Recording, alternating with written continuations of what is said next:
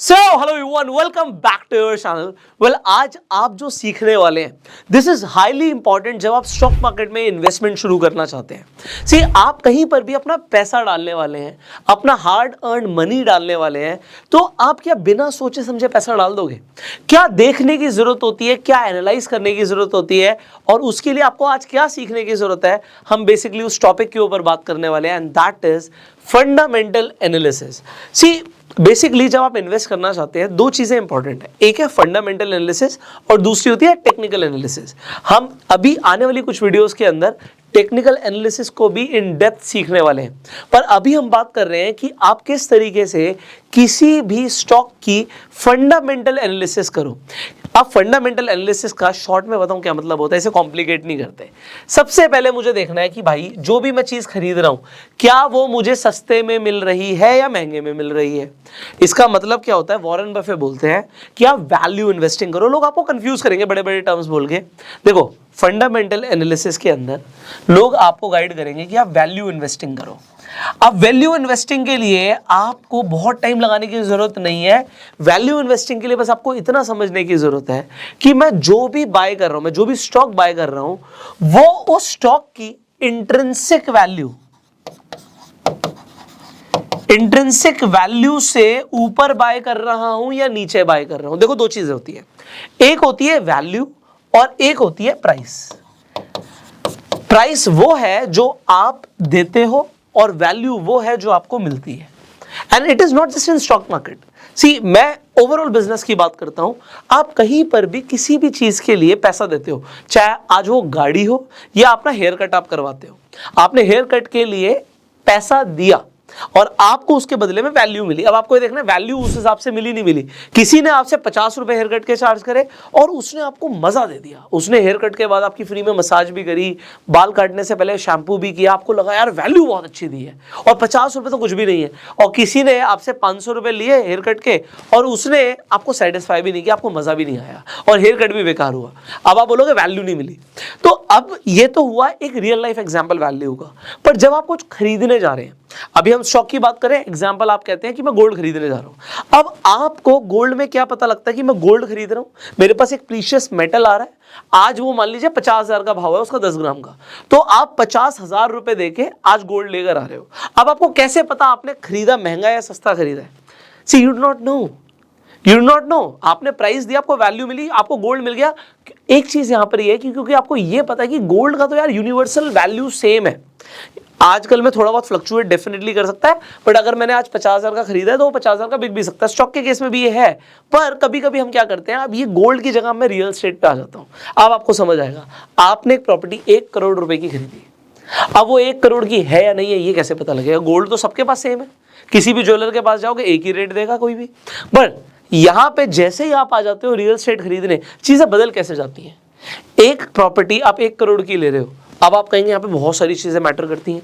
आप कहोगे location matter करती है, उसके बाद आप कहोगे मान लीजिए आप कोई फ्लैट ले रहे हैं तो उसके भैया कंस्ट्रक्शन किस तरीके की हुई है वो मैटर करती है, उसका एरिया मैटर करता है, बहुत सारी चीजें मैटर करती है।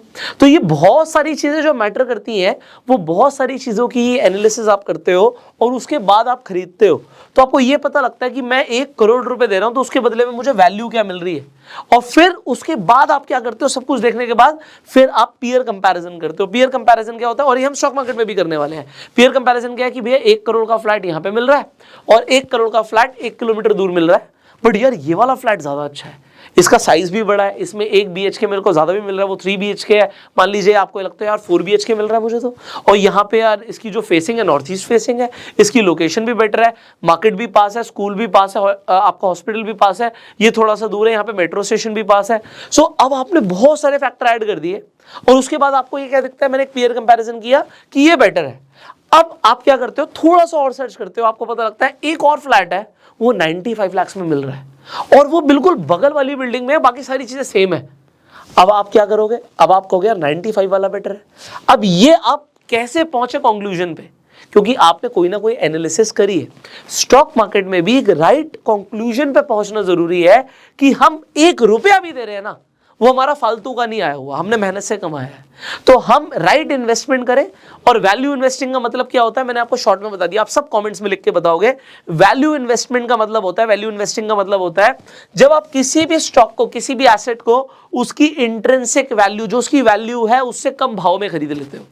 अब आपको एक झटके में, एक क्लिक में पता लग जाएगा। आज मैं इस वीडियो में बताऊंगा आपको कि आप एक सेकंड में चेक कर लोगे कि प्राइस इंट्रिंसिक वैल्यू से ज्यादा में मिल रहा है, कम में मिल रहा है, और ये होती है वैल्यू इन्वेस्टिंग। अब ये फंडामेंटल एनालिसिस का पार्ट 1 है कि हम वैल्यू इन्वेस्टिंग करें। पार्ट 2 क्या है? पार्ट 2 आ जाता है यार, चीज तो ऊपर में मिल रही है, इंट्रिंसिक वैल्यू से ऊपर में मिल रही है, तब भी उसका प्राइस बढ़ता जा रहा है। अब आपको लगेगा यार इंट्रिंसिक वैल्यू से तो कम प्राइस आ ही नहीं रहा, ये किस चीज के ऊपर डिपेंड करता है? अब मार्केट के अंदर कुछ रेशियोज होते हैं। इंट्रिंसिक वैल्यू आप आज खुद से शायद निकालने जाएंगे, आपको थोड़ा सा टाइम लग सकता है, इसीलिए मैंने आपको बोला मैं आपको एक क्लिक में बता दूंगा कि आपको कैसे चेक करना है। ये तो आपको पता लग ही जाएगा अब कि प्राइस जो है वो इंट्रिंसिक वैल्यू से ज्यादा पे है, कम पे है। कम पे है तो मेरे लिए सबसे पहला चेकलिस्ट है कि डन, मैं इसे खरीदना चाहूंगा। अब आ जाते हैं रेशियो एनालिसिस। अब रेशियोज कैसे बनते हैं? रेशियो देखो, मैं ना कुछ भी कॉम्प्लेक्स नहीं करूंगा। पहली बात तो मेरा कोई बैकग्राउंड है नहीं फाइनेंस से, और मैथमेटिक्स मुझे स्कूल में बहुत कम समझ आती थी, इसीलिए मैंने इंजीनियरिंग को ऑप्ट नहीं किया। ऑल्दो पढ़ाई करी, बट मुझे समझ आया यार ये नंबर्स मेरे दिमाग से ऊपर की चीज है। क्यों? क्योंकि मुझे सिंपल चीजें समझ आती है। सिंपल, कोई मेरे से सिंपलिसिटी से बात करेगा ना, मुझे समझ आएगा। तो यहां पे सिंपल चीजें समझनी है। रेशियोज बोल के मैं आपको कंफ्यूज नहीं करना चाहता, मैं आपको बेसिक चीजें बताऊंगा। आपको 3 रेशियोज हाईली इंपॉर्टेंट है चेक करने। अब वो 3 रेशियोज क्या है? सबसे पहले पीई रेशियो। आपको पीई रेशियो को समझना है। ये पीई रेशियो लोगों को बहुत कॉम्प्लेक्स लगता है, मैं आपको इतना आसान बना दूंगा, इसको अभी समझा दूंगा क्या होता है। पी रेशियो का मतलब है प्राइस टू अर्निंग रेशियो, अब इसके ऊपर हम बात करेंगे। दूसरा रेशियो होता है PB ratio, price to book value. और एक तीसरा रेशियो आपको जो देखना है वो है डेट टू इक्विटी। ये 3 रेशियो इंपॉर्टेंट है, इसके अलावा बहुत सारे और रेशियोज हैं, बट एक बेसिक एनालिसिस के लिए ये तो मुझे चेक करना ही है। और एक रेशियो अगर मैं इसमें ऐड और कर दूं आपकी एक्यूरेसी बढ़ाने के लिए, तो वो होगा मेरे लिए करंट रेशियो। अब मैं आपको अभी समझा दूंगा, पहले आपको सिंपल लैंग्वेज में बताता हूं ये क्या होते हैं, उसके बाद मैं आपको डिटेल में भी समझा दूंगा। तो पी रेशियो का मतलब है प्राइस टू अर्निंग, मतलब जो आज मैं प्राइस दे रहा हूं उसके हिसाब से कंपनी कमा क्या रही है। हो सकता है वो प्राइस जो आज मैं पे कर रहा हूं वो इंट्रिंसिक वैल्यू से ज्यादा है, मतलब वैल्यू कम है बट प्राइस ज्यादा है, बट कंपनी कुछ ऐसा कर रही है कि उसकी अर्निंग बढ़ती जा रही है, और या फिर आने वाले टाइम में उसकी अर्निंग बढ़ने वाली है, क्योंकि share market is all about future. I am telling you, लोग कभी भी करंट मार्केट सिचुएशन को देख के इन्वेस्ट नहीं करते। फॉर एग्जांपल, आपको लगता है कि गूगल दुनिया की सबसे बड़ी कंपनी बनने वाली है। अब अगर आपको ऐसा लगता है, मार्केट को ऐसा लगता है, तो मार्केट क्या करेगा? मार्केट ज्यादा पीई देगा। ज्यादा पीई क्या देगा? मतलब प्राइस उसका ज्यादा हो जाएगा, क्योंकि एक्सपेक्टेशंस है कि अर्निंग बहुत ज्यादा हो सकती है। अब देखो, पी का मतलब है प्राइस अपॉन अर्निंग। मैं यहां पे लिख देता हूं, फिर इसे हटा दूंगा क्योंकि बहुत कुछ और भी लिखना बाकी है। तो आज अर्निंग कम है और प्राइस ज्यादा है। एग्जांपल के लिए आपको अर्निंग के लिए अर्निंग पर शेयर निकालना पड़ेगा, बट मैं इसे शॉर्ट में बता रहा हूं। मान लीजिए एक शेयर पे कंपनी कमा 10 रही है और उसका प्राइस 100 है, तो पी आ जाएगा 10 का, ठीक है। बट अगर प्राइस हो गया 1000, अब मार्केट ज्यादा पी देता है, कई शेयर्स को देता है, आप टेस्ला को देख लो, अडानी को देख लो, तो ज्यादा पीई देता है मार्केट, क्योंकि लगता है फ्यूचर में अर्निंग बढ़ सकती है।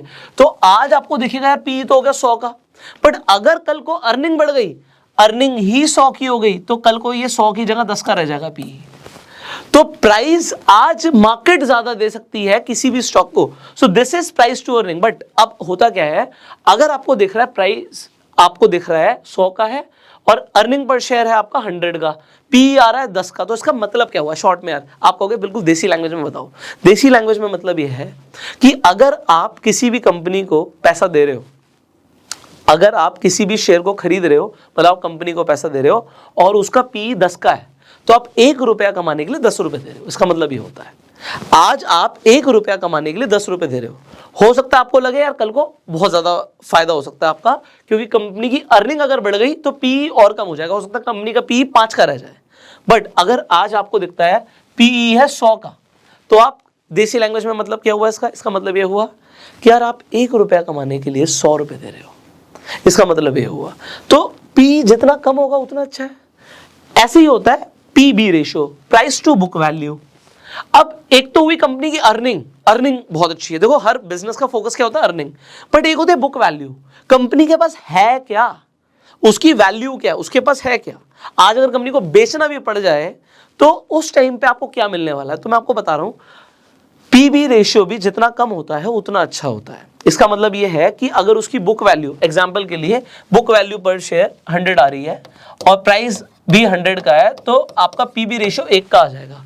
1 का पीबी रेशियो, 2 का पीबी रेशियो अच्छा माना जाता है। जितना ज्यादा होगा, थोड़ा सा आप कह सकते हो कि जो मार्केट है वो ज्यादा पीबी रेशियो दे रहा, प्राइस ज्यादा हो चुका है बट बुक वैल्यू नहीं है इतनी। ऐसी कई कंपनीज हो सकती है, इंडस्ट्री टू इंडस्ट्री डिपेंड करता है ये। ऐसी कई कंपनीज हो सकती है जिनकी बुक वैल्यू बहुत ज्यादा ना हो। आईटी कंपनीज के साथ ऐसा होता है, बुक वैल्यू ज्यादा नहीं बट प्राइस ज्यादा है, तो उसके अंदर और भी फैक्टर्स आ जाते हैं। तीसरा होता है डेट टू इक्विटी। अब डेट का मतलब आप सबको पता होगा, लोन, उधार। अब देखो ऐसा है, लोग कहते हैं डेट टू इक्विटी, इसे समझो। डेट टू इक्विटी मतलब कि डेट ऊपर और इक्विटी नीचे। अब कंपनी दो तरीके से पैसा उठाती है, एक होती है तो वो लोन लेके उठा ले या वो शेयर्स बेच के उठा ले। अरे शेयर्स बेच के भी उसने पैसा उठाया हुआ है। Debt to equity is not always bad. क्यों? क्योंकि अगर मुझे मार्केट से पैसा चाहिए एक्सपेंशन के लिए, आज मेरे पास 2 फैक्ट्री थी, मुझे लगानी है 5 फैक्ट्री, और मुझे पता है 5 फैक्ट्री लगा के ना बहुत बढ़िया काम हो सकता है किसी नई चीज में। मान लो आप कहते हो ईवी के अंदर कोई कंपनी आज 2 फैक्ट्रीज है, उसके बैटरी बना रही है, कल को उसे 5 फैक्ट्री लगानी है। अब पैसा तो है नहीं, तो उसके पास 2 इलाज है, या तो शेयर्स बेच के पैसा आ जाए या फिर लोन लिया जाए। क्या लेना सही है? आप कहोगे ये तो डिपेंड करता है, बट ये डिपेंड ये करता है कि हमेशा डेट सस्ता मिलता है, लोन हमेशा चीप होता है, इक्विटी देना महंगा होता है। स्टार्टिंग में आजकल देख लो आप, स्टार्टअप कल्चर चल रहा है, हर किसी को इक्विटी के बदले में पैसा मिल जाए, फंडिंग मिल जाए, फंडिंग मिल जाए। बेसिकली स्टार्टिंग के अंदर लोन मिलेगा नहीं और इक्विटी के बदले में पैसा दे रहे हैं। तो क्या हुआ, आज आप देखिए जिन कंपनीज को बहुत ज्यादा भरोसा होता है ना अपने ऊपर, वो अपनी इक्विटीज जल्दी देती नहीं है। उन्हें पता है यार हम बढ़िया कर रहे हैं। एग्जाम्पल ज़ीरोधा, आप लोगों ने हो सकता है ज़ीरोधा पे अपना डीमैट अकाउंट खुलवाया हो, तो ज़ीरोधा ने इक्विटी दी नहीं। अगर जरूरत होगी एक्सपेंशन की तो लोन ले लेंगे। तो ये मैं आपको क्यों समझा रहा हूं, लोग कहते हैं डेट टू इक्विटी रेशियो कम होना चाहिए, मैं भी यही बोल रहा हूं कि कम होना चाहिए। कंपनी ने पहले इक्विटी देके पैसा लिया हुआ है, फिर वो और अगर लोन लेती जा रही है तो वो थोड़ा सा गलत है। बट डेट लेना भी गलत नहीं है अगर डेट की रीपेइंग कैपेसिटी है। तो अगर डेट की रीपेइंग कैपेसिटी है कंपनी के पास तो लोन लेना गलत नहीं, क्योंकि लोन सस्ता पड़ेगा। अगर आपने, एग्जांपल के लिए मैं ज़ीरोधा की बात कर रहा था, अगर आपने ज़ीरोधा पे अभी तक डीमैट अकाउंट नहीं खुलवाया तो लिंक डिस्क्रिप्शन कमेंट बॉक्स में है, आप आज ही जाके अपना डीमैट अकाउंट खुलवा सकते हैं। अगर आपको शेयर मार्केट में इन्वेस्ट करना है या फिर आपको ट्रेड करना है तो आपको एक डीमैट कम ट्रेडिंग अकाउंट चाहिए होता है। So Zerodha is a market leader, you can open your account. अब यहाँ पर हम डेट टू इक्विटी रेशियो की बात कर रहे थे, इसी पे आ जाते हैं। अब अगर किसी कंपनी का डेट टू इक्विटी रेशियो आपको दिखता है 2 का है या 10 का है या 20 का है, तो इससे क्या पता लगता है? सिंपल लैंग्वेज में बात करेंगे, इससे ये पता लगता है कि कंपनी ने 2 गुना लोन लिया हुआ है जितना उसने इक्विटी से पैसा उठाया हुआ है, तो लोन से डबल पैसा उठाया हुआ है। 10 है तो 10 गुना पैसा उठाया हुआ है। इक्विटी के कंपैरिजन में पैसा दोनों से उठाया हुआ है, पैसा दोनों से उठाया हुआ है, बट इक्विटी के कंपैरिजन में लोन ज्यादा लिया हुआ है कंपनी ने। बट लोन लेना इज नॉट ऑलवेज बैड, ये मैं आपको बता रहा हूं। रीपेइंग कैपेसिटी देखनी है और उसके लिए जस्ट मैं आपको बताऊंगा, इसके ऊपर थोड़ा सा आपको टाइम देना पड़ेगा, वीडियो लंबी हो सकती है, बने रहो, क्योंकि जो मैं आपको समझा रहा हूं ना, लोगों को ये सीखने में ना बहुत टाइम लग जाता है। आप 50 वीडियो देखोगे ना तब जाके आपको ये सिंपल चीजें हैं लोगों ने कॉम्प्लेक्स बनाई हुई है। लोगों को लगता है शेयर मार्केट इन्वेस्टमेंट बहुत ज्यादा कॉम्प्लेक्स है यार। कोई मतलब बहुत पढ़ा लिखा इंसान होगा जिसने चार्टर्ड अकाउंटेंट किया हुआ है, एमबीए किया हुआ है, फाइनेंस के अंदर है, सिर्फ वही इस चीजों को समझ सकता है। यही तो मिथ तोड़ना है। मैं आपको यही बताना चाहता हूं कि मेरा खुद का बैकग्राउंड फाइनेंस से नहीं है, पर मैंने चीजों को जिस तरीके से खुद समझा ना, एक सिंपल लैंग्वेज में हर किसी को समझ आ सकता है, मेरा मानना है। इसीलिए मैं आपके लिए वीडियोस बना रहा हूं, आपको अच्छी लगे तो शेयर भी करना। सो डेट टू इक्विटी रेशियो कम होना चाहिए, ये हमारा आइडियल पॉइंट है। बट हम एक चेक और ऊपर लगाएंगे इसके ऊपर कि डेट कंपनी ने लिया हुआ है बट उसकी रीपेइंग कैपेसिटी क्या है, उसके लिए क्या करना है, I just tell you. Finally current ratio. अब एक करंट रेशियो क्या है? वेल अकाउंट्स में जो लोग हैं उन्हें सब पता ही है करंट रेशियो क्या होता है, जिन्हें नहीं पता मैं बता देता हूं। Current assets upon current liabilities. आज का करंट हम बात कर रहे हैं, टोटल बात नहीं कर रहे, मतलब आज क्या, अभी हम करंट सिचुएशन की बात कर रहे हैं। करंट एसेट मतलब जिससे तुरंत पैसा आ सकता है, या करंट लाइबिलिटीज मतलब जो पैसा तुरंत देना कंपनी को। तो assets, current assets upon current liabilities, ये फॉर्मूला होता है हमारा करंट रेशियो का। तो इसका मतलब क्या हुआ, अगर कंपनी के पास मान लो 20 करोड़ के एसेट्स हैं और कंपनी की 10 करोड़ की लायबिलिटी है, तो करंट रेशियो हमारा क्या आ जाएगा, 2 का आ जाएगा। 2 का रेशियो ठीक है, क्यों ठीक है, क्योंकि लायबिलिटी कम है, एसेट ज्यादा है। तो अब करंट रेशियो भी जितना ज्यादा उतना बढ़िया। अब यहां पे पी रेशियो जितना हमारे लिए कम उतना बढ़िया, पीवी रेशियो जितना कम उतना बढ़िया, डेट टू इक्विटी रेशियो ऐसा बोलते हैं आइडियली कि कम हो तो ज्यादा बढ़िया है, तो ये भी मैं लिख देता हूं, बट मैंने आपको बताया इसके ऊपर एक और चेक है कि रीपेइंग कैपेसिटी क्या है, और फाइनली करंट रेशियो जितना ज्यादा उतना बढ़िया। तो ये 4 रेशियोज आपको समझना जरूरी है, और इससे आपकी एक बेसिक रेशियो एनालिसिस हो गई। बट अभी भी फंडामेंटल एनालिसिस कंप्लीट नहीं हुआ, क्यों, अभी हमने ये देखा हम सस्ते में खरीद रहे नहीं खरीद रहे, फिर कुछ रेशियोज देख के हमें समझ आया, अर्निंग समझ आ रही है, बुक वैल्यू समझ आ रही है, डेट समझ आ रहा है, और कंपनी के एसेट्स अपॉन लायबिलिटीज समझ आ रही है। तो आपने काफी हद तक समझ लिया, बट अभी भी कुछ रहता है। अब क्या रहता है उसकी भी बात कर लेते हैं। तीसरी चीज आपको फंडामेंटल एनालिसिस में जो समझना है वो है कंपनी की बैलेंस शीट को पढ़ना। अब आप कहोगे सर ये क्या कह रहे हो, बैलेंस शीट को पढ़ना तो बहुत ही मुश्किल है, ये तो समझ ही नहीं आएगा हमें। मैं कह रहा हूं आप ही को समझ आएगा, अभी आप ही बताओगे मुझे। हमें बेसिक चीजें समझनी है। देखो हर बिजनेस का मेन फोकस क्या होता है, वो होता है प्रॉफिट जनरेट करना। तो देखो 2 चीजें होती है, लोगों ने कॉम्प्लेक्स टर्म्स लिए और टॉप लाइन बॉटम लाइन, लोगों को नहीं समझ आता क्या है। अरे 2 चीजें यार, माल जो बिक रहा है उसे सेल्स कहते हैं या रेवेन्यू आना कहते हैं, ये होती है टॉप लाइन, और जो बच रहा है सब कुछ के बाद वो होता है कंपनी का प्रॉफिट, इसे बॉटम लाइन कहते हैं। हमें क्या देखना है, कंपनी की सेल ईयर ऑन ईयर लगातार बढ़ रही है नहीं बढ़ रही, हमें ये देखना है, और कंपनी का प्रॉफिट ईयर ऑन ईयर लगातार बढ़ रहा है नहीं बढ़ रहा, नंबर 1। नंबर 2 हमें देखना है, अभी हमने एसेट्स अपॉन लायबिलिटीज की बात करी थी, पहले हमने current assets upon current liabilities की बात करी थी, अब हम बात करेंगे कंपनी के टोटल एसेट्स। टोटल एसेट्स और टोटल लायबिलिटीज जो कंपनी की हैं वो ईयर ऑन ईयर उसमें क्या चेंज आ रहा है। एसेट हर साल बढ़ने चाहिए, लायबिलिटीज हर साल कम होनी चाहिए। अगर ऐसा हो रहा है तो कंपनी बढ़िया कर रही है, सिंपल। तीसरी चीज, हर कंपनी के पास कैश होना चाहिए। अगर मैं कोई बिजनेस कर रहा हूं तो मेरे पास कैश है नहीं है, तो ये इंपॉर्टेंट हो जाता है, खासकर बड़ी कंपनीज के लिए। लिस्टेड कंपनीज हैं, पैसा उठाया हुआ है गया कहां, कहीं तो होगा ना, या तो एसेट्स में होगा, कंपनी ने अपने बिजनेस में पैसा लगा रखा है तो उससे एसेट्स क्रिएट किए हुए हैं, एसेट्स में होगा पैसा, या फिर कंपनी में कैश भी तो होगा, कंपनी कितने कैश के साथ बैठी हुई है, बहुत इंपॉर्टेंट होता है। तो मुझे तीसरा कैश फ्लो चेक करना है कंपनी का, cash flow year on year कैसा चल रहा है।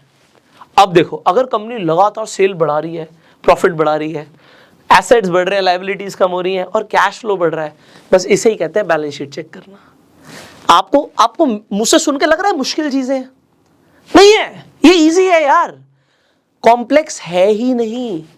अगर ये जितना इस स्क्रीन पर लिखा है इसके अलावा मैं कह रहा हूं ये कर लिया, 90% फंडामेंटल एनालिसिस आपने कर ली, इसके बाद जो बची हुई 10% है वो एक्सपर्ट्स को करने दो।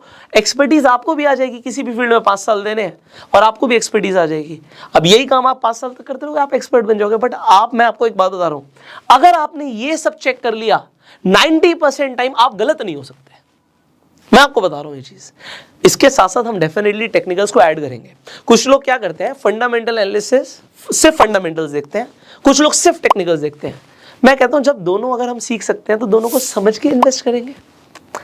आपको क्या लगता है, अगर टेक्निकल एनालिस्ट कहते हैं कि यार टेक्निकल एनालिसिस से बढ़िया कुछ है ही नहीं, कहते हैं ना भाई, कहते हैं प्राइस भगवान है।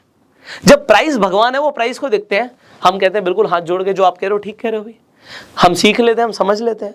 और जो फंडामेंटल एनालिसिस कर रहे हैं वो कह रहे हैं यार फंडामेंटल्स देखो और सिर्फ इसे देख के इन्वेस्ट करो, आज क्या प्राइस पे हो रहा है फ्लक्चुएशन हमें नहीं देखना। मैं कहता हूं आप दोनों देखो, जब दोनों सीखने के लिए अवेलेबल है तो सीख लो ना भाई, और जब समझ आ जाएगी तो आप फंडामेंटल्स भी देखोगे और चार्ट भी देखोगे और राइट इन्वेस्टमेंट करोगे। Getting it? चलो अब ये हमने देखा बट यार इसकी एनालिसिस करने के लिए क्या करें, इसके लिए आपको एक स्क्रीनर चाहिए होगा, बहुत सारे स्क्रीनर अवेलेबल है। सो मैं टिकर टेप यूज करता हूं, मैं अभी यहां पर खोलूंगा टिकर tape and I will show you exactly, जैसे मैंने बोला था एक सेकंड में आपको इंट्रिंसिक वैल्यू पता लग जाएगा। या मेरे लिए स्क्रीनर ने पहले ही काम कर दिया। सो हमारे पास स्क्रीनर आ गया, यहाँ पे मैं टिकर टेप यूज कर रहा हूँ, आप भी चाहें तो यूज कर सकते हैं, लिंक डिस्क्रिप्शन कमेंट बॉक्स में है। सो अब स्क्रीनर्स हमारी हेल्प क्या करते हैं, एग्जाम्पल के लिए आप यहाँ पे टिकर टेप पे जाएंगे, स्क्रीनर पे आपको स्टॉक स्क्रीनर दिखेगा, आपने खोला हुआ है, मैंने यहाँ पे खोला हुआ ऑलरेडी। अभी इसे कैसे यूज करना है, इसके अंदर हमने रेशियो एनालिसिस भी करनी है, फिर बैलेंस शीट भी चेक करनी है, ये सब अभी हम करने वाले हैं। सो सबसे पहले मैं यहाँ पे एग्जाम्पल रिलायंस, सब रिलायंस का नाम सुनते हैं, अंबानी साहब का सब नाम सुनते हैं, तो एक बार अंबानी साहब की कंपनी को हम देख लेते हैं भाई, है ना।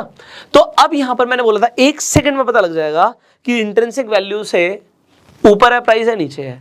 ये देखिए रिलायंस इंडस्ट्रीज का मैंने यहाँ पे आपके लिए टिकर टेप पे स्क्रीनर पे आके मैंने यहाँ पे खोल दिया, और यहाँ पे आपको चेकलिस्ट में, इन्वेस्टमेंट चेकलिस्ट में सबसे पहले दिखता है कि जो करंट प्राइस है वो इंट्रिंसिक वैल्यू से ज्यादा है। तो मेरे लिए कॉम्प्लेक्स चीज आसान हो गई, मुझे एक सेकंड में पता लग गया यार जो प्राइस है ना वो वैल्यू से ज्यादा है। ओके, वैल्यू से ज्यादा है। मुझे और भी सारी चीजें दिख रही हैं, बहुत सारी चीजें हैं, बट जो बेसिक चीजें हैं हम स्टेप बाय स्टेप उन्हीं पे बात करेंगे। तो जो मेरा यहां पर एक पॉइंट था जो मुझे एक सेकंड में चेक करना था, पहला चेकलिस्ट, जिस भी शेयर में मैं इन्वेस्ट कर रहा हूं मुझे चाहिए कि मैं इंट्रिंसिक वैल्यू से कम पे खरीद रहा हूं। अब मैं ये काम एक स्क्रीनर के थ्रू बहुत आसानी से कर सकता हूं। तो अब आप किसी भी स्टॉक में इंटरेस्टेड हो, अभी मैं आगे बढ़ूंगा किसी भी स्टॉक के लिए, आप कोई भी स्टॉक का नाम सर्च कर सकते हो। यहाँ पे एग्जाम्पल के लिए आप कहते हो जी मुझे इंटरेस्ट है आईटीसी में, सो हम यहाँ पे आईटीसी खोल देंगे। आज यहाँ पे आपको आईटीसी दिख रहा है कि भैया इंट्रिंसिक वैल्यू से ज्यादा है। अभी ये 250 के नीचे जब ट्रेड कर रहा था तो यहाँ पे इंट्रिंसिक वैल्यू से कम में मिल रहा था। तो क्योंकि मैं रेगुलरली देखता रहता हूँ इसलिए आपको बता रहा हूँ। तो यहाँ पे आज आपको दिख रहा है कि इंट्रिंसिक वैल्यू से ज्यादा पे है। आप कब खरीद सकते हो ऐसे, यहाँ पे मेरा पहला चेकलिस्ट है यार प्राइस इंट्रिंसिक वैल्यू से कम पे हो। तो मैंने आईटीसी खरीदा हुआ है 200 से भी कम के भाव में, 200 से भी कम के भाव में मैंने आईटीसी खरीदा हुआ, क्योंकि मेरी पहली चेकलिस्ट पे ये सबसे पहले, अभी मैं आगे की बात नहीं कर रहा और करूंगा सारी बातें, बट पहली चेकलिस्ट पे ओके था। अब क्योंकि मैंने इंट्रिंसिक वैल्यू से कम पे खरीदा हुआ है, पिछले 1 साल में देख सकते हो आईटीसी का ग्राफ ऊपर गया है। सो आप देख सकते हैं कुछ टाइम पहले 200 के आसपास का रेट था। सो अब 200 से पहले अगर किसी ने खरीदा हुआ है तो उसे एक अच्छी रैली का फायदा मिला। अब ये चेक करना कि ये प्राइस, आपको कैसे पता लगेगा कि ये स्टॉक भागेगा, कैसे पता लगेगा, हम फंडामेंटल एनालिसिस करेंगे। अब फंडामेंटल एनालिसिस में नंबर 1 पॉइंट है कि प्राइस इंट्रिंसिक वैल्यू से कम हो। अगर आप कहते हो कि मुझे आज आईटीसी खरीदना है, आप खरीद सकते हो, मैं कोई रिकमेंडेशन नहीं दूंगा, बट मेरा चेकलिस्ट है, आप अपना चेकलिस्ट बना सकते हो। मेरा चेकलिस्ट है कि यार मैं उस स्टॉक को तब खरीदता हूं जब वो अपनी इंट्रिंसिक वैल्यू से कम पे हो। This is point number 1 for me, कि इंट्रिंसिक वैल्यू से कम खरीद रहा हूं तो भैया वैल्यू इन्वेस्टिंग तो मैंने कर दी है। एग्जांपल ले लेते हैं भाई, मैं कई सारी कंपनीज को सर्च करता हूं, तो मैं कोई भी स्टॉक रिकमेंडेशन नहीं देना चाहता, ना मैं देता हूं, मैं आपको बता रहा हूं। एग्जांपल के लिए ये कंपनी ले लेते हैं। सो इस कंपनी का प्राइस आपको दिख रहा है एसएमसी ग्लोबल का 78.5 है। अब यहां पे अगर आप इन्वेस्टमेंट चेकलिस्ट देखो मेरी, तो मैं सबसे पहले कहता हूं इंट्रिंसिक वैल्यू से कम पर हो। अगर ये है, अब मैं आगे बढ़ूंगा। सो मेरा यार आप देखो सिर्फ 3 पैरामीटर्स थे फंडामेंटल एनालिसिस में, एक हो गया, एक पे टिक लग गया। अब भाई साहब दूसरी चीज है, अब ये रेशियो एनालिसिस की बात कर रहे हैं हम। अब ये रेशियो एनालिसिस क्या होती है, मैंने बोला सिर्फ 4 रेशियो देखने हैं। एक पी रेशियो देख लो, एक पीबी देख लो, एक डेट टू इक्विटी देख लो, एक करंट देख लो। आज वो देख ही लेते हैं, क्योंकि देखना बहुत जरूरी है। अब आप खुद से कर रहे हो फंडामेंटल एनालिसिस, बस मेरे साथ कर रहे हो, और किसी भी कंपनी के लिए कर सकते हो। इनफैक्ट अगर आपने किसी कंपनी में पैसा लगाया हुआ है तो जरूर करना, क्योंकि जब लगाया था तब फंडामेंटल एनालिसिस करी नहीं थी। आज नुकसान हो सकता हो रहा हो, तो और ज्यादा ना हो सकता है ठीक टाइम हो बाहर निकलने का, ये भी इंपॉर्टेंट है। अब यहां पर दूसरी चीज देखते हैं, थोड़ा सा मैं यहां पर नीचे करूंगा, स्क्रॉल डाउन करूंगा, तो यहां पे कुछ दिख रहा है मुझे पी रेशियो दिख रहा है 4.74 का।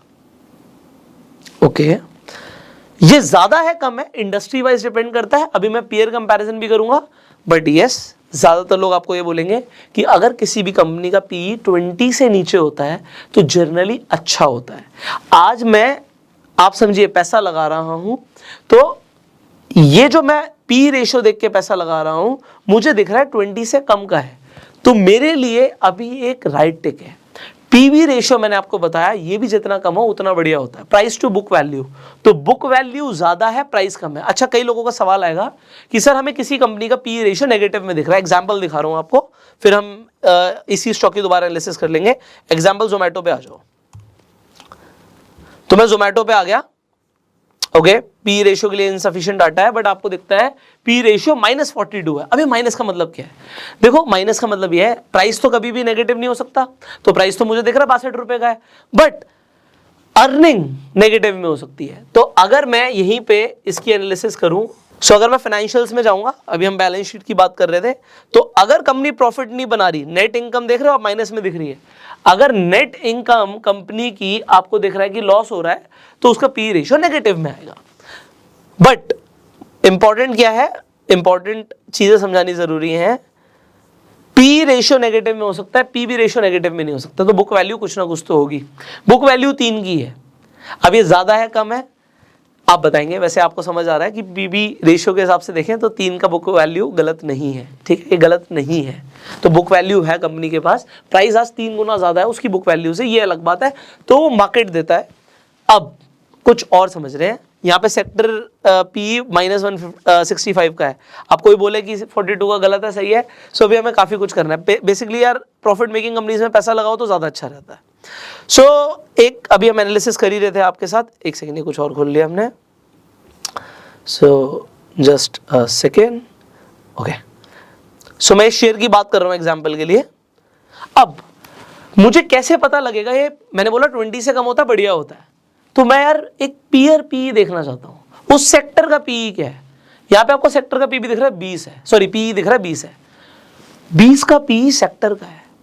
ये कंपनी अभी क्या बिजनेस में है, ये एक एडवांस फंडामेंटल एनालिसिस की बात होगी। जो मैंने बोला 10% चीजें रह गई हैं, वो 10% में क्या आता है ये भी मैं आपको बता देता हूं। एक इंपॉर्टेंट ये आता है, मैं बता देता हूं, वो आप लिख लो, नोट्स बना लो।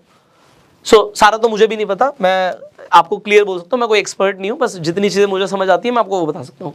आपको क्या देखना होता है, सबसे पहले उस कंपनी का बिजनेस क्या है, उस बिजनेस की एक्चुअल में मार्केट में नीड है भी नहीं है।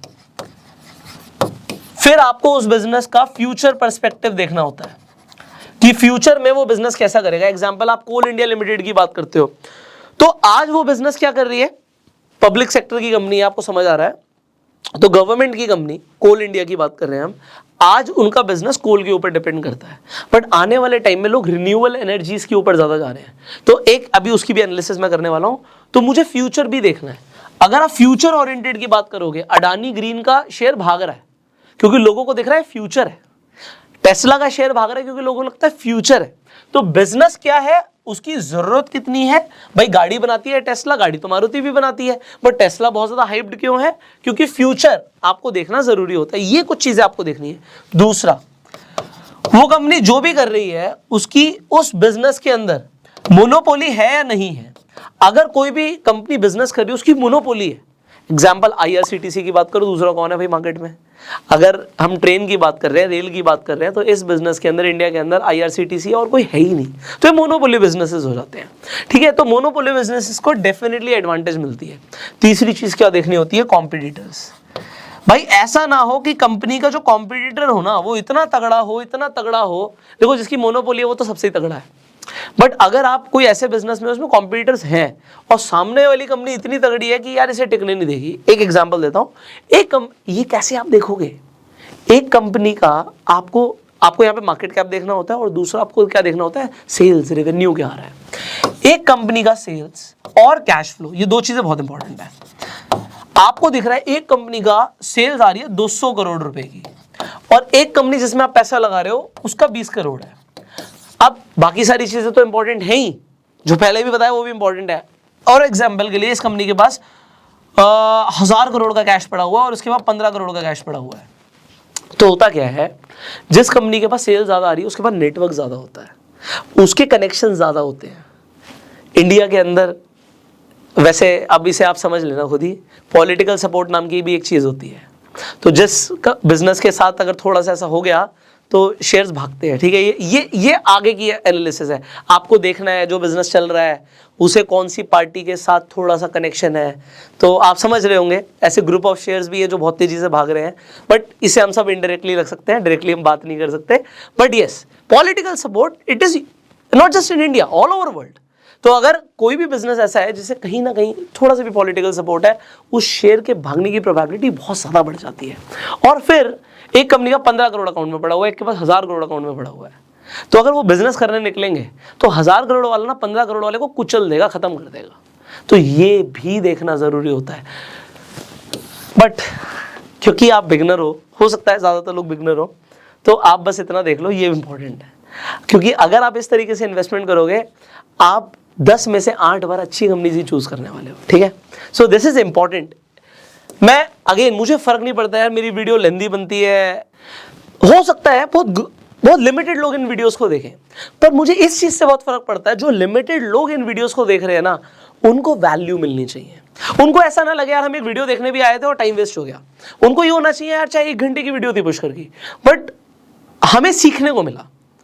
कई सारी वीडियोस हो सकती हैं ऐसी कि जिसमें आप गए और आपको लगे यार मैंने इतना टाइम भी दिया और मजा नहीं आया। तो मेरी वीडियो कोई एंटरटेनमेंट के लिए नहीं है, मैं कोई कॉमेडी नहीं कर रहा यहाँ पे, क्योंकि जो मैं आपको सिखा रहा हूँ ना, आपका पैसा पहले तो बचेगा और फिर बनेगा भी, और बचाना ज्यादा जरूरी है मेरे लिए। वॉरेन बफेट का पहला रूल है प्रोटेक्ट योर कैपिटल। तो अब यहाँ पर मैं जो एनालिसिस कर रहा था मैं उसे कंटिन्यू करता हूँ।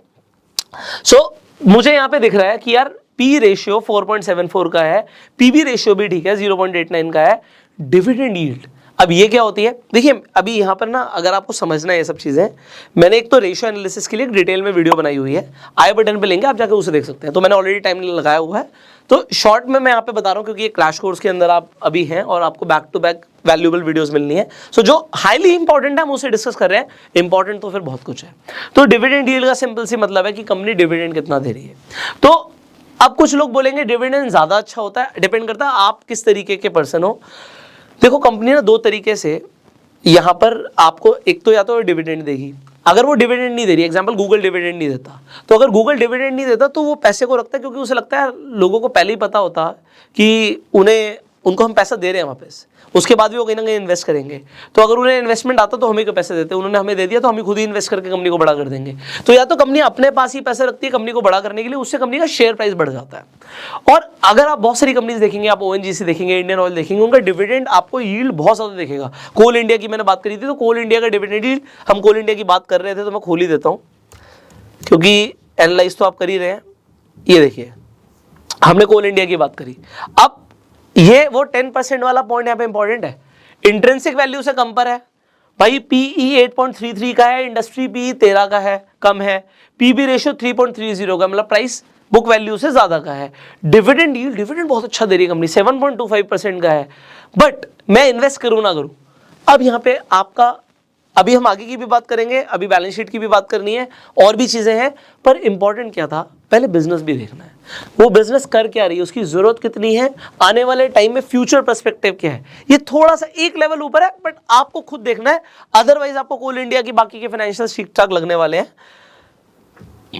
तो यहां पे मैं आपको कुछ दिखाना चाहूंगा, क्योंकि आप यहां पर समझ रहे हैं कि जो प्राइस है हो सकता है टेम्परेरी फेज में अभी ग्रो भी कर रहा हो, क्योंकि कंपनी आज के लिए, आज तो चली रहा ना सब कुछ, फ्यूचर में क्या होने वाला है। बट इसी तरीके से अगर मैं कोई और फ्यूचर ओरिएंटेड कंपनी की बात कर दूं तो उसका आपको शेयर प्राइस ना अलग लेवल पे भागता हुआ दिखेगा। So example Adani green energy, अब आप यहां पे कहते हो इसे देखते हुए या इसे देखते हुए, ओके। सो प्राइस कहां पे 66 रुपीज था और इसने हाई जो मारा हुआ है वो आपको दिख रहा है भैया 3000 रुपए का मारा हुआ है। तो आपको दिख रहा है इंट्रिंसिक वैल्यू से इस वक्त बहुत ज्यादा है, तो इन्वेस्टमेंट तो मैं आपको बिल्कुल सजेस्ट नहीं कर रहा, बस मैं आपको एक पॉइंट बता रहा हूं, जो मैंने आपको पॉइंट बताया था। पी रेशियो देखिए 674 का है, 674, और इंडस्ट्री पी 27 का है। मार्केट बहुत ज्यादा पी भी दे सकता है किसी कंपनी को, जैसे कि यहां पर दिया हुआ है, पीबी रेशियो भी बहुत ज्यादा है। तो इन्वेस्टमेंट तो बिल्कुल नहीं करनी, इन्वेस्टमेंट तो बिल्कुल नहीं करनी। इन्वेस्टमेंट आप तब शायद कर सकते थे जब प्राइस बहुत कम था, बट आज की डेट में तो आपको इन्वेस्टमेंट बिल्कुल नहीं करनी। बट मैं आपको बस ये बता रहा हूं कि फ्यूचर ओरिएंटेड कंपनीज का शेयर प्राइस अलग लेवल पे भागता है।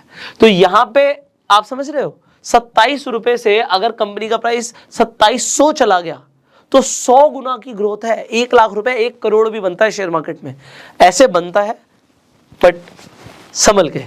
अगेन एक हम एनालिसिस कर रहे थे, मैं वहीं पे दोबारा आ जाता हूं क्योंकि आपको फाइनेंशियल्स भी दिखाने हैं। सो अब ratio analysis you understood, alright. So आपको रेशियो एनालिसिस समझ आ रही है यहाँ पे। अब रेशियो एनालिसिस के बाद हमें क्या देखना होता है, अच्छा यहाँ पे आपको टिकर टेप में स्पेशल फीचर्स मिलते हैं, कंपनी वाइज आपको फॉरकास्ट भी मिलती है, ठीक है। हमें बेसिकली अब यहाँ पे कुछ और चीज़ें देखनी है। अब वो क्या देखनी है, देखो यहाँ पे अब आ गई हमारी, जो हमें समझना था, हमें कंपनी के फाइनेंशियल समझने थे। तो मैंने आपको बात करी थी, एक होती है टॉप लाइन, एक होती है बॉटम लाइन। टॉप लाइन का मतलब होता है सेल्स, रेवेन्यू क्या आ रहा है, कंपनी के पास आ क्या रहा है और बच क्या आ रहा है, ये इंपॉर्टेंट है और हाईली इंपॉर्टेंट है। अब कंपनी के पास ईयर ऑन ईयर हम देख रहे हैं 2019, 20, 21, 22 हमारे पास यहाँ पे डेटा है। तो जब मैं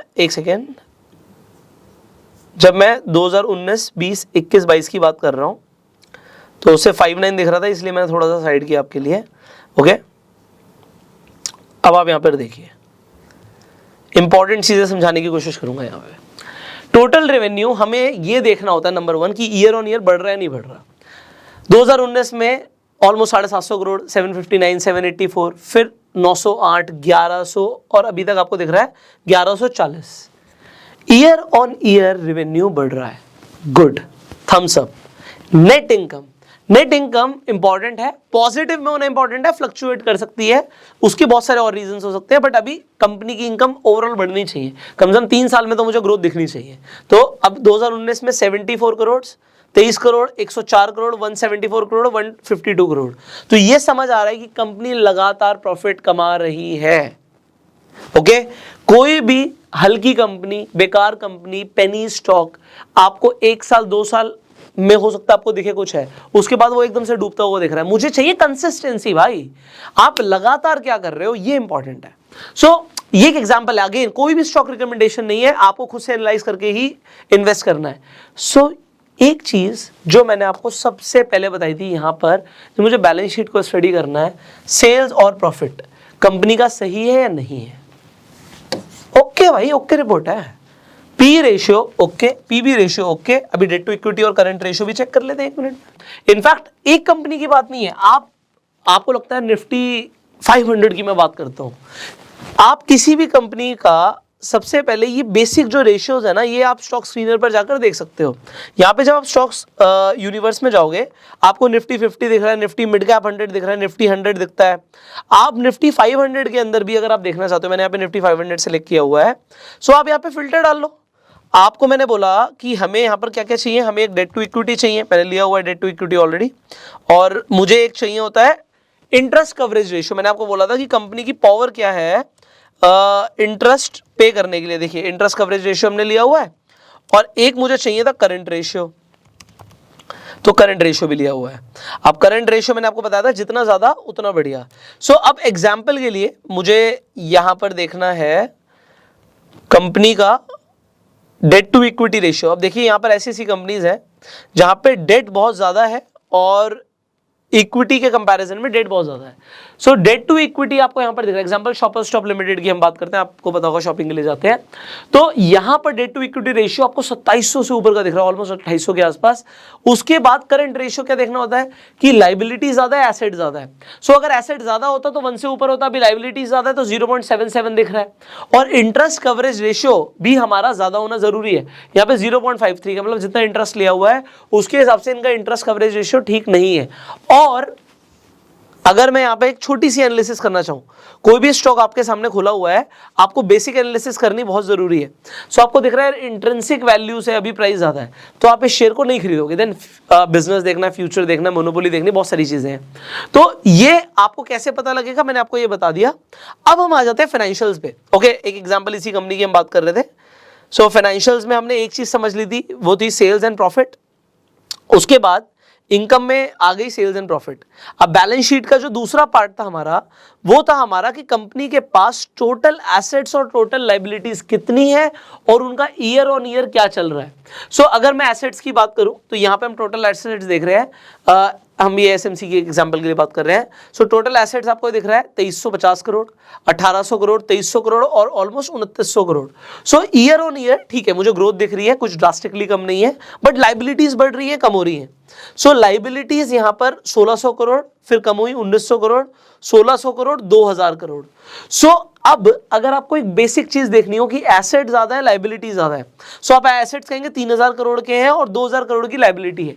लाइबिलिटी अगर और कम हो जाती है कंपनी के लिए और अच्छा है। ये एनालिसिस है, अगेन आपको खुद से चेक करना, आप जिस भी कंपनी में पैसा लगा रहे हो। सो फिलहाल के लिए again a green list, because green check है, यहाँ पे एसेट ज्यादा है, लाइबिलिटीज कम है। बट अगर लाइबिलिटीज बढ़ गई तो एकदम से मेरे लिए क्रॉस लग जाएगा, ठीक है। तो मुझे ऑल द टाइम चेक करना होता है। आप जिस भी कंपनी में इन्वेस्ट कर रहे हो, शेयर का प्राइस आपका ऊपर जा रहा है, आप कुछ नहीं चेक करोगे, आपको चेक तब करना है जब आपको ये देखना है कि कम हो रहा है, क्या हो रहा है। अगर कम हो रहा है तो एक और इंपॉर्टेंट चीज आ जाती है, जो कि होती है प्रमोटर की प्लेजिंग क्या है। अब ये प्लेजिंग क्या चीज आ गई? प्लेजिंग का मतलब होता है, देखो जो प्रमोटर्स होते हैं, मतलब प्रमोटर का मतलब क्या होता है, देखो कंफ्यूजिंग टर्म्स हैं ये सब। अब हम क्या करते हैं, हम जब कोई बिजनेस शुरू करते हैं तो हम अकेले होते हैं। किसी ने कोई मिठाई की दुकान खोली तो वो खुद चला रहा है ना, यहाँ पे टेक्निकल टर्म में उसे प्रमोटर बोल देते हैं। मतलब जिन्होंने कंपनी शुरू करी है वो प्रमोटर्स हैं, उनके पास इक्विटी होती है, उनको होल्डिंग्स होती है शेयर्स की। अगर वो चाहे तो अपने शेयर्स एकदम से बेच भी सकते हैं या उसके बदले में पैसा उठा सकते हैं। अच्छा, कोई शेयर के बदले में पैसा कब उठाएगा? जब उसे मार्केट से पैसा नहीं मिल रहा। सो ज्यादा प्रमोटर की जो शेयर्स हैं उनकी प्लेजिंग होना अच्छा नहीं होता। सो यहाँ पे आपको ये भी दिख जाएगा, आप होल्डिंग्स पे जब जाओगे, आप ये स्क्रीनर पे बहुत आसानी से देख सकते हो कि जो प्रमोटर ने जो उसकी होल्डिंग्स हैं वो बढ़ रही है या कम हो रही है, और प्लेजिंग बढ़ रही है या कम हो रही है। इंपॉर्टेंट चीज, पिछले 6 महीने में प्रमोटर की होल्डिंग बढ़ी है, मतलब प्रमोटर अपने ही शेयर खरीद रहा है। कोई बंदा अपने ही शेयर क्यों खरीदता है? क्योंकि अगर उसे लगेगा कि कंपनी में पोटेंशियल है, या इस वक्त ठीक है यार मैंने पहले शेयर्स दिए थे, अब मैं दोबारा अपने ही शेयर्स खरीद लेता हूं। ये बहुत इंपॉर्टेंट चीज है, एडवांस हो रहा है अब ये फंडामेंटल एनालिसिस का एक लेवल ऊपर का वर्जन है, but yes it is important to learn. और अगर प्लेजिंग बढ़ रही होती तो तुरंत रेड फ्लैग आ जाता मेरी तरफ से, बट प्लेजिंग कम हो रही है। प्रमोटर की होल्डिंग्स जो है, जो प्लेज्ड है, वो इनसिग्निफिकेंट है लिखा हुआ है।